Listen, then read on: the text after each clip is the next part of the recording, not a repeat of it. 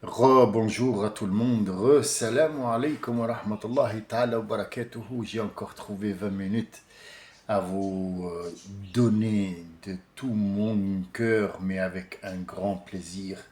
Le problème, c'est que je me sens comme un professeur d'école qui dit: Allez les élèves, maintenant on va passer à la lettre B. Et ça m'angoisse quelque part, j'ai pas l'habitude.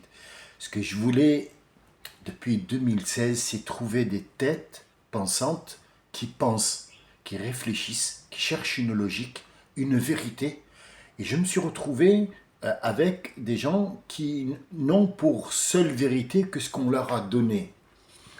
Ces gens qui nous ont précédés, je suis aussi passé par ces gens-là. Malheureusement, moi, ou alors heureusement, je ne sais pas, je me suis révolté, hein, comme dirait mon ami Hervé, si j'ai une tête brûlée. Peut-être pas tête brûlée, mais j'ai cherché quelque chose qui était logique. Quand on me dit il faut faire ça, il faut faire ça, et c'est bon, on n'a pas besoin de Dieu. J'en ai pas besoin, j'ai un imam qui m'a dit fais ça, fais ça, fais ça. C'est tout. Je cherche pas à comprendre. C'est ce qu'ils veulent. Or, ce n'est pas ça du tout. Ce n'est pas ça du tout. Nous étions dans les interdictions, on s'est arrêté au 4. 4 où il n'y a pas de... Il n'y a pas de pardon. Numéro 5. Tuer l'esprit, tuer l'esprit بغير حق. قتل النفس بغير حق. Ouh là là. Ouh là là. Ouh là là. Alors, selon ce que j'ai vu, c'est tuer ton prochain. Non. قتل النفس. L'esprit. Tuer l'esprit sans cause apparente. Gratuit. Pourquoi Dieu n'a pas choisi tuer? Alors, le sixième illicite, haram, c'est tuer un nafs. Tuer un nafs. Pourquoi il n'a pas choisi le corps? Parce qu'on ne tue pas le corps. Le corps ne meurt pas. Ce qu'on dit que il est mort, non. Le mot mort, ça veut dire il a quitté ce monde pour aller dans un autre monde. Qui a quitté le monde? C'est ce corps. Ce corps, il est de la poussière, et il est sur place, sur sa poussière, il restera. Il restera ici, et l'os, et la chair, et tout ce qu'il y a, et les ongles, et les cheveux, tous ils sont là. Alors le corps n'est pas mort, il est hors service. Qu'est-ce qui est mort? Le mot mort, c'est quoi? C'est empêcher l'esprit d'accéder à son véhicule.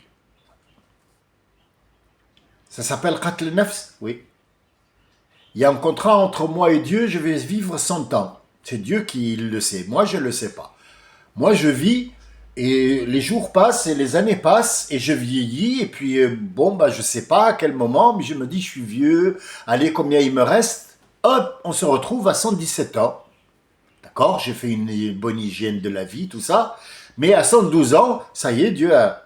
Il vient un gamin, au milieu de ma vie, j'avais 70 ans, et hop, avec une voiture, il a bu de l'alcool, et moi j'étais en deux sorties, et je suis mort. Est-ce que tu as cassé les ordres de Dieu? Personne ne casse les ordres de Dieu. Tu as contrecarré le plan de Dieu? Personne. C'était dans le savoir de Dieu, et c'est ce qu'il va te reprocher. Il va te dire, tu as tué quelqu'un à qui moi j'ai donné 112 ans. Et avec mon savoir, et avec ma permission, il n'a pas vécu le reste. Il est passé de l'autre côté. Donc pour nous, mort. Accidentel. D'accord. Alors qu'est-ce que c'est qatl an-nafs?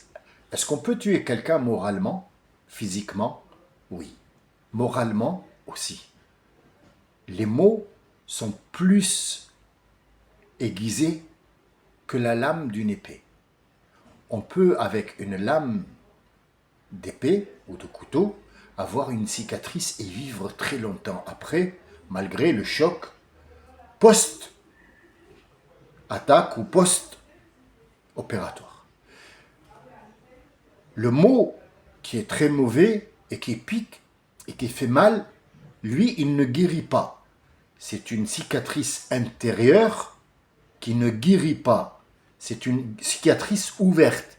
Mais est-ce qu'on parle d'une cicatrice faite avec une lame? Non, ça c'est pour le corps. Et le corps se cicatrise.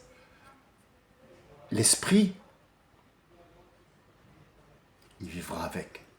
C'est pour ça que le médecin psychiatre est plus important que l'autre, malgré que les deux ne sont pas dans la même branche. Donc il y en a un qui est dans l'urgence, il faut absolument arrêter l'hémorragie, sinon il sort. C'est de la mécanique, pour moi. Je dis juste ce que moi je pense. Je n'ai pas dit que c'était de la mécanique. On est bien d'accord. Je parle comme moi je pense. Et j'ai le droit d'émettre une pensée à moi, qui est propre à moi, sur le sujet. Après, est-ce que c'est une métaphore que j'ai mis? Oui, bien sûr. C'est pas de la mécanique. Et le corps, c'est pas un véhicule. Mais il faut comprendre que ce corps-là, c'est pas lui qui meurt. Qatl an-nafs. Qatl an-nafs, et non pas le corps ou l'être humain. Il n'a pas dit, et tuer l'autre humain, c'est interdit. D'accord. Qatl an-nafs est complètement interdit parce que c'est un contrat entre moi et Dieu, et tu n'as pas à intervenir et à arrêter ce contrat. Comme on dit par exemple, tu as un bail à la maison, et ce bail-là, il est de 6 ans. Ça y est, c'est officiel. Clair, net et très précis. Sur toutes les lois, il te dit, vous n'avez pas le droit de récupérer votre bien, sauf si le contrat qui est entre vous, qui s'appelle le bail, qui a été signé par les deux parties, ou alors une agence, ou quelqu'un, ou huissier de justice, ne peut pas te faire sortir, aucune justice ne peut faire. Mais c'est à moi, c'est ma maison. Ben non, tu as fait un contrat, c'est à toi la maison, oui. Mais du moment que tu lui as loué, elle devient sienne jusqu'à ce que les 6 ans finissent. Inclus le dernier jour de la location, le lendemain matin, elle sera à toi. Mais quand tu viens me dire au milieu, tu me dis, je vais te faire un congé de propriétaire. Un congé au locataire. Ça veut dire que je reprends mon bail, je le reprends, mais il faut une cause. Une cause.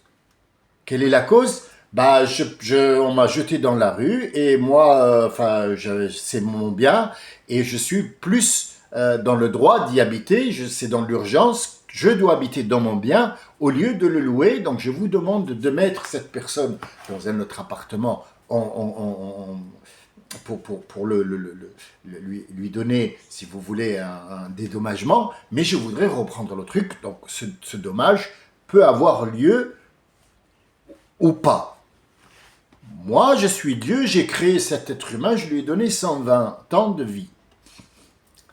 Le 120e jour, le 120e année et dernier jour de l'année, la dernière année du 20 ans, la 20e année, le dernier jour inclus, sera le dernier jour de ta vie. Mais s'il y a quelqu'un qui vient, avec ma pérétion bien sûr, parce qu'il y a un plan qui a été fait, il va te tuer. Donc voilà, qu'est-ce que tu me demandes en dédommagement? Tu me demandes un dédommagement, tu me dis oui, mais moi j'allais vivre 50 ans encore. De bonheur.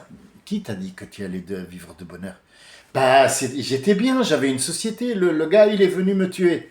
Oui, mais c'est pas sûr que tu devais mettre peut-être que tu es mort parce que ta vie allait devenir un cauchemar et que Dieu a pris pitié de toi et il t'a mis comme étant la victime de celui qui va commettre le haram. Et donc moi, je vais, au lieu que les 20 ans que tu allais commettre des bêtises, déjà tu as 50 ans de moins de compte à rendre, et en plus je vais te dédommager, rentre au paradis sans qu'on se parle. Vas-y, moi je m'occupe de l'autre. Qatl an-nafs, et non pas le corps. An-nafs, et non pas le corps, l'esprit. Qatl, l'esprit, il est strictement interdit. Alors, de temps en temps, il y a quelqu'un qui avec la main comme ça dit ouais, tu me fais chier. Et l'autre il a fait ça pour éviter le coup de machin. Et donc il y avait, je sais pas moi, un bâton, un trou, un truc machin. Hop, il a pris dans la tête, il est mort. Ça, c'est au juge de voir un petit peu les preuves, comment ça a été et qu'est-ce qui se fait se passer. Le problème de la mort chez Dieu, il sait est-ce que c'est un assassinat, est-ce que c'est un meurtre, ou est-ce que c'est avec préméditation, ou est-ce que quelque chose a mal fonctionné, une interprétation qui a été mal perçue, un geste déplacé, il y a eu un mort. Donc nous parlons du qatl avec préméditation. La mort, tuer quelqu'un avec préméditation, sans retour, et haram. Mais s'il y a quelqu'un qui tue l'autre, ça c'est dans les détails. On va rentrer dans les détails de l'interdiction de tuer. Qu'est-ce qui pourrait être pardonné? C'est que, par exemple, le repenti. Est-ce que pour le repenti, tu peux? Oui, parce que bon, c'est vrai que si tu tues quelqu'un, c'est comme si tu avais tué le monde entier. Comment ça? Ben, si tu tues quelqu'un, par exemple, et au cours de sa vie, il allait avoir 12 enfants. Et ces 12 enfants allaient voir, chacun de eux allait avoir 6 enfants. Et ces 6 enfants, chacun allait voir 5 ou 6 ou 12 encore. Et ainsi de suite, ça fait beaucoup de monde.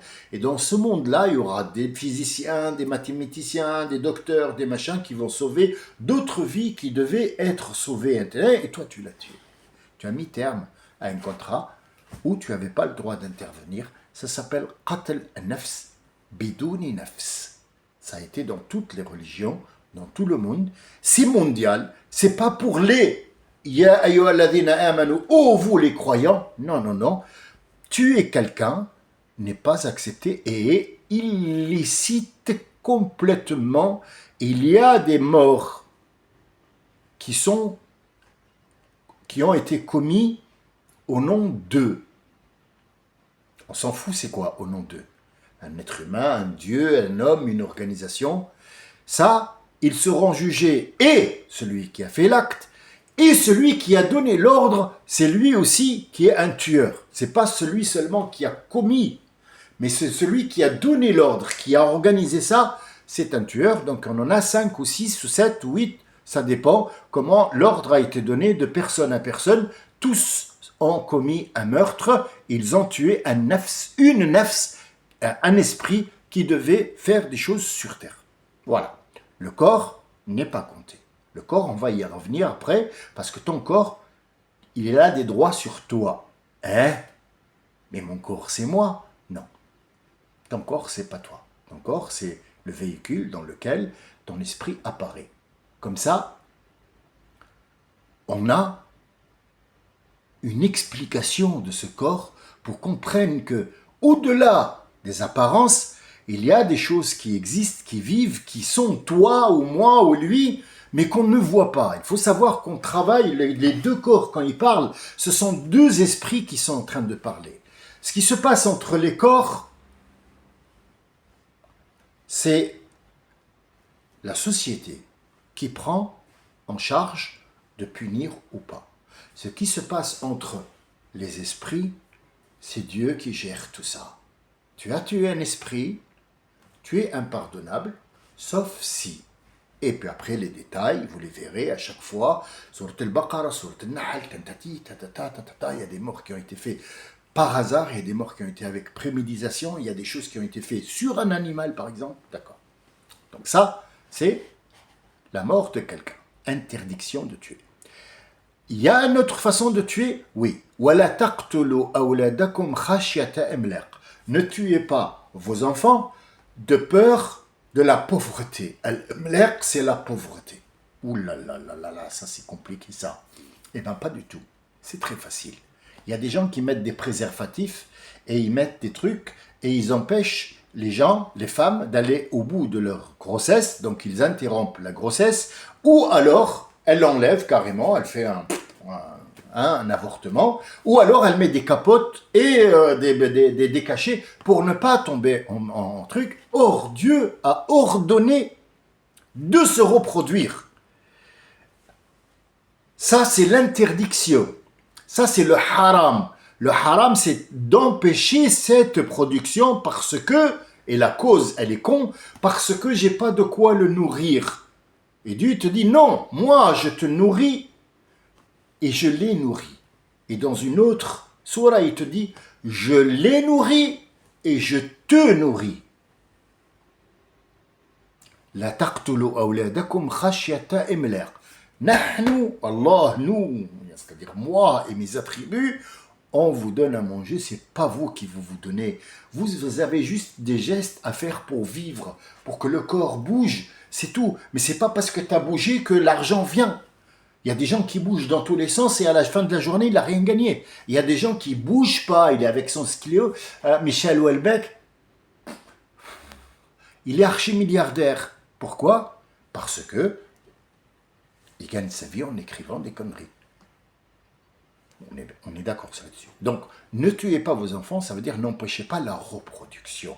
C'est pas tuer des enfants. Allez, viens, les premiers, la deuxième, vas-y. Non. Cette spermatozoïde que je vous ai donnée, ça fait des enfants. Il y en a des milliards qui vont sortir, et il y en a 2 où j'ai prévu qu'ils doivent sortir et tel et tel et tel, mais j'ai vu dans mon savoir, moi Dieu, que tu allais mettre un préservatif, que tu allais faire un truc, et sache que si j'ai envie qu'ils vivent avec ton préservatif et avec ton cachet, ils vivront, et comme punition pour toi, dans la vie seulement, attention, après c'est une autre histoire, mais dans la vie, ils seront handicapés. C'est à cause de toi, parce que tu leur as donné un cachet pour les empêcher de venir, et moi, personne ne peut me défier, ils seront quand même en vie, et ils seront handicapés. Trisomie 21, par exemple, spécialement pour toi. Est-ce que, moi, maintenant je vous ai dit pourquoi le gars il est atteint d'une trisomie 21? Pas du tout. J'ai pris un exemple pour que vous sachiez qu'est-ce que ça veut dire. Ne tuez pas vos enfants. Ne tuez pas, c'est pas, allez viens, je te coupe la tête. C'est pas ça du tout. C'est un autre sens. L'interdiction, c'est d'empêcher la procréation ou de tuer un esprit vivant. Parce que tuer un esprit, c'est quelque part avec préméditation. Donc cette personne qui porte un esprit à l'intérieur de lui, qui réfléchit, il ne m'arrange pas trop. On doit l'éliminer. Cette personne vient se mettre entre moi et mon commerce. Donc il doit disparaître quelque part. On va le faire disparaître. Donc c'est avec préméditation que tu vas tuer un nafs. C'est pas le corps. Le corps, bien sûr que tu vas atteindre nafs en attendant le corps. Mais ce que tu as tué, c'est nafs. Parce que c'est nafs qui vit sur terre. C'est pas le corps. Le corps, il est là pour assurer la survie ou la vie de cet esprit jusqu'à ce que Dieu lui dise est-ce que tu es apte de passer de l'autre côté ou pas. Ce sont les 2 encore interdictions. Donc là, il nous reste 8, exactement 8, et à 18 minutes, je peux en rajouter un autre. Alors, qu'est-ce qui pourrait être et ressembler à tuer quelqu'un? C'est les intérêts. Al-riba. Al-riba. Là, on attaque le commerce. Les autres, c'était des morales, violence physique et mentale et morale. Là, on attaque la moralité, le commerce. Donc, dans le commerce, ce qui est interdit, c'est riba. Venons voir qu'est-ce que c'est riba. Il a dit Allah, yakrah riba wa yamhaquhu. Dieu n'aime pas riba. Mais, yurbi sadaqat. Il fait riba pour les bonnes actions. Ouh là là. Alors, les Juifs se sont dit, ouais, mais tu nous dis que riba c'est du commerce. Attends, il avait besoin d'un dinar ou d'un dirham. Je lui ai donné un dirham, mais l'accord qui était entre nous, c'est qu'il me rend 6 dirhams. C'est ça l'accord, ou sinon je ne donne pas. Ça s'appelle riba. Est-ce qu'il existe juste dans les sous? Non. Il existe aussi dans l'ihtikar. Ça veut dire qu'on va stocker du café, l'enfermer à double tour, il n'est pas à vendre cette année. Pourquoi?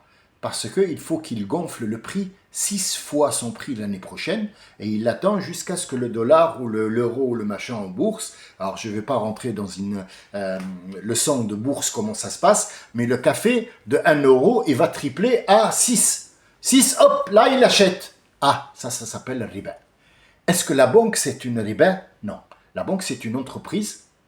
C'est une entreprise où il y a un chef, un directeur, un adjoint, un secrétaire, un machin, un truc, des agents, des conseillers, des vendeurs. Donc, ils vendent de l'assurance, ils vendent des machins et ils te prêtent de l'argent en échange qu'ils font tourner cet argent-là. Viens, mets ton argent chez nous parce qu'il faut d'abord qu'on contrôle la rentrée et la sortie de l'argent pour faire un état.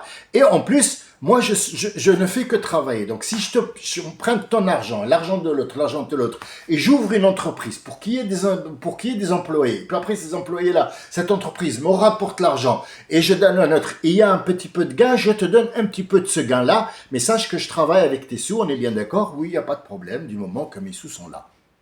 Et que tu ne me prends pas 1 euro contre 6. Donc, la banque ne rentre pas dans le riba. Riba, c'est quelqu'un qui va te dire...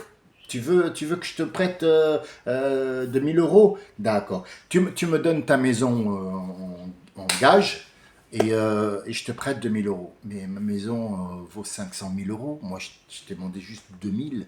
Oui, mais c'est ça. C'est ça. C'est ça ou pas? D'accord. D'accord. Donc, riba, il est strictement interdit parce qu'il bloque l'accès. Il bloque l'accès au commerce et à ce tourbillon d'argent qui doit tourner chez les gens. C'est pour ça que dans l'islam, il faut zakat. Zakat, il la faut absolument. Pourquoi? Parce que tous les gens, Dieu ne les empêche pas, ni lui, ni son prophète, ni ceux qui commandent, d'avoir de l'argent. Personne ne peut t'empêcher d'avoir ou d'être riche. Le souci, c'est que tu ne peux pas mettre de l'argent et le mettre dans un coffre et ne pas laisser les gens travailler avec. C'est pour ça qu'on a mis ce système bancaire pour faire sortir cet argent et qui tourne. Même s'il est virtuel, il va tourner pour faire tourner une société ou une dynastie ou des gens. Il ne faut pas le mettre, il dort. Non, il faut qu'il travaille. Et si tu veux le mettre en dormant, tu sors chaque année un zakat qui est dérisoire. Par rapport à, par exemple, tu as 1000 euros, tu sors 25 euros en sadaqa tous les ans si ces 1000 euros n'a pas changé de place pendant un an complet. Ça veut dire le 5 janvier, tu as mis 1000 euros dans l'armoire ou dans une banque et la fin de l'année, il est toujours 1000 euros. Même si la banque a travaillé avec, il y a toujours 1000 euros. Elle n'a pas été utilisée dans ton bien, elle a été utilisée dans le bien de l'autre. Donc, ça s'appelle, il faut que tu sortes zakat sur ces 1000 euros. Est-ce que tu sors zakat sur ta voiture? Non. Est-ce que tu sors zakat sur l'or de ta femme qu'elle porte? Non, parce qu'elle le porte pour une cause. Donc, elle le porte pour être jolie pour toi. Ah, donc il est utilisé. Toute chose qui est utilisée, peu importe c'est quoi, l'or, le machin, la maison, le bien, l'appartement en haut, tout ça, il travaille, il fait rentrer des sous et les sous vont sortir, rentrer, sortir, rentrer. Tu n'as pas de zakat à faire là-dessus. Tu fais que des zakat sur l'argent qui dort. L'argent qui dort. Donc, riba, prendre l'argent des autres contre de l'argent, triple, quadruple, c'est interdit, c'est illicite. C'est illicite. Complètement riba. Et si vous continuez, Allah nous prévient, vous aurez une guerre. Est-ce que Dieu va envoyer des gens, c'est Dieu qui m'envoie pour te combattre. C'est pas comme ça la guerre. La guerre, il y a la guerre froide, il y a la guerre je sais pas quoi, il y a une guerre que tu vois pas. Sachez que je commence à partir à gauche et à droite, mais ça fait partie pour savoir pourquoi il va te combattre. Pourquoi il t'a pas combattu, Allah, quand il t'a dit « Shirk, c'est haram ». Et attention, sinon j'envoie je vais te combattre. Pourquoi il te combat juste sur ça? Pourquoi sur l'argent seulement? C'est pour ça que je suis allé, j'ai fait une sortie de terrain pour vous dire que al-riba, il peut y avoir un pardon dedans. Mais il faut que tu arrêtes. Et si tu arrêtes pas, Tu crois que tu ramasses de l'argent et tu prends l'argent aux gens, mais tu vas voir une guerre de la part de Dieu. Et cette guerre-là, crois-moi, crois-moi, tu ne voudrais pas l'avoir. Ça va être un tout petit microbe qui va te donner le cancer généralisé. Tu as 1 mois à vivre. Allez, vas-y, dépense cet argent maintenant. Dépense-le.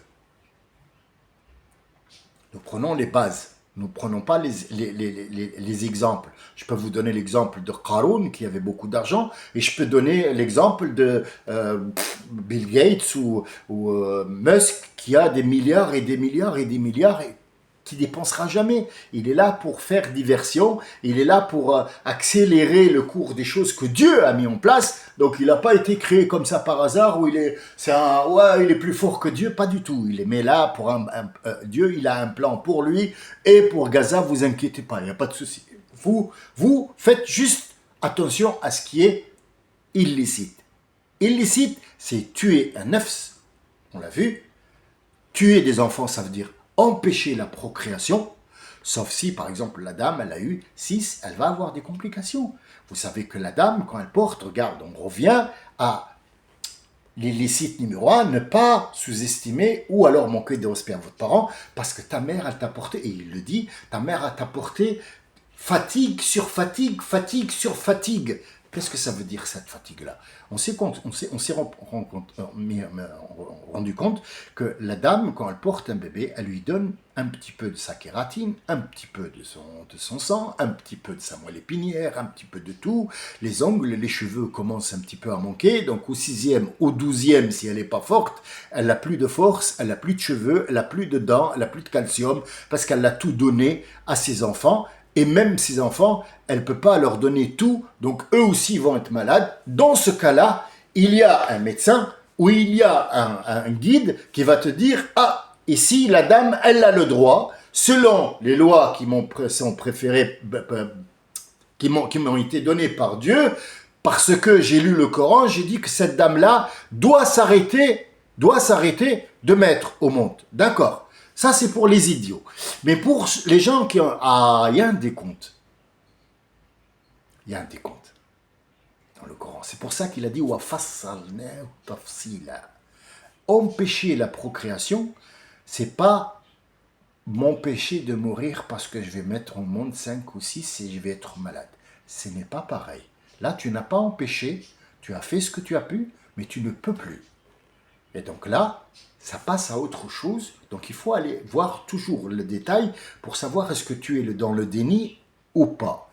Et c'est pas ce que je voulais en fait.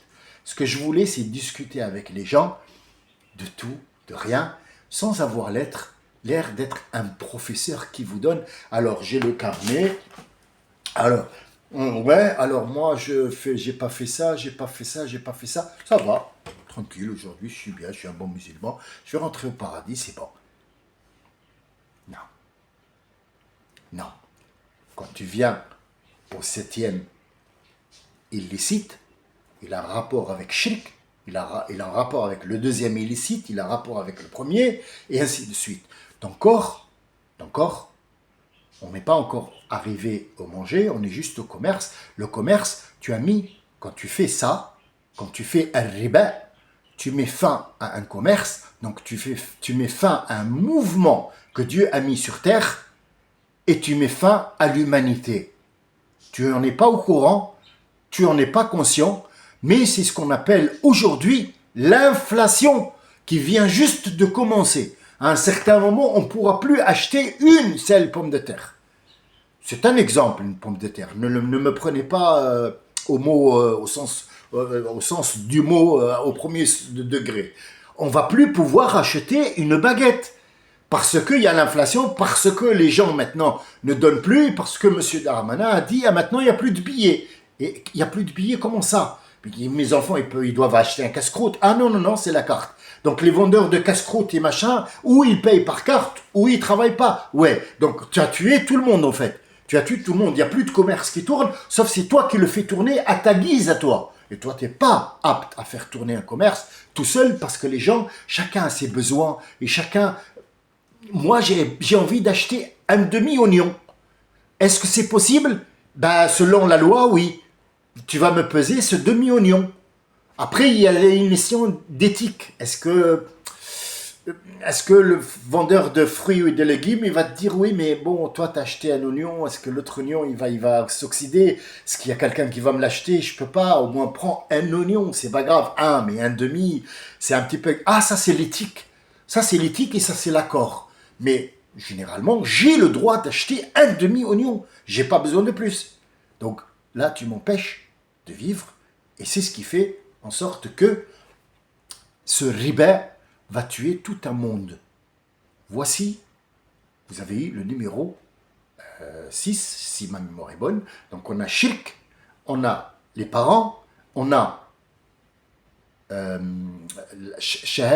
témoignage, le faux le témoignage, dire des choses sur Dieu qui ne va pas. On a qatl, la mort, tuer un nafs, et on a un riba. Ça fait 7. Nous en avons encore 8 à voir. Et Inch'Allah, on se revoit. Je vous remercie pour votre écoute. Je fais ce que je peux. Je sais que j'en fais beaucoup, beaucoup, beaucoup. Mais tant que je peux, il n'y a pas de souci. Il y a des moments où je ne pourrai pas. Donc voilà, profitez-en. Mais après, je reviendrai à mon langage du début. Je voudrais parler philosophie, s'il vous plaît. Je ne suis pas un professeur, s'il vous plaît. Salam alaikum wa rahmatullahi wa barakatuh.